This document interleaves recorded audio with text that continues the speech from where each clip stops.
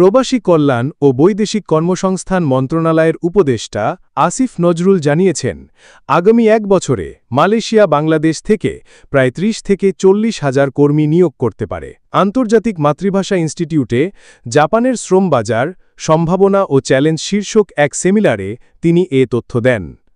নজরুল বলেন, দায়িত্ব নেওয়ার পর তাদেরকে সিন্ডিকেট ব্যবস্থা বন্ধের নির্দেশ দেওয়া হয়েছে। কিন্তু সিন্ডিকেট বন্ধ করতে গেলে মালয়েশিয়ার সাথে করা চুক্তি সংশোধন জরুরি। মালয়েশিয়াকে জোর করে চুক্তি পরিবর্তন করানো সম্ভব নয়, আলোচনার মাধ্যমেই সমাধান খুঁজতে হবে। তিনি ব্যাখ্যা করেন, চুক্তি পরিবর্তন না হলে দুটি পথ খোলা আছে। ১. মালয়েশিয়ার শর্ত মেনে ২৫, ৫০ বা ১০০টি রিক্রুটিং এজেন্সির মাধ্যমে কর্মী প্রেরণ। ২. কর্মী প্রেরণ পুরোপুরি বন্ধ করে দেওয়া। তিনি বলেন, সিন্ডিকেটের মাধ্যমে কর্মী পাঠালে জনগণ অভিযোগ করবে যে তিনি সিন্ডিকেটের সাথে যুক্ত হয়েছেন।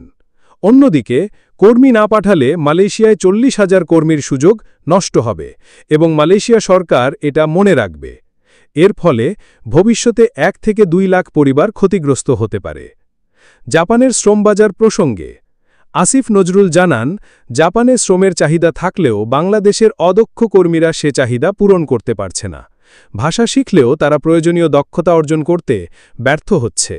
এর একমাত্র সমাধান হল জাপানের চাহিদা অনুযায়ী কর্মীদের দক্ষ করে তোলা।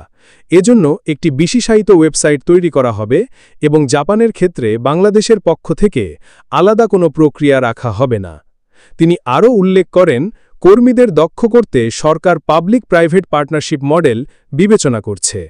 এছাড়াও জাপানি উদ্যোক্তাদেরকে টিটিসি অর্থাৎ প্রশিক্ষণ কেন্দ্র পরিচালনার দায়িত্ব নেওয়ার আহ্বান জানানো হয়েছে।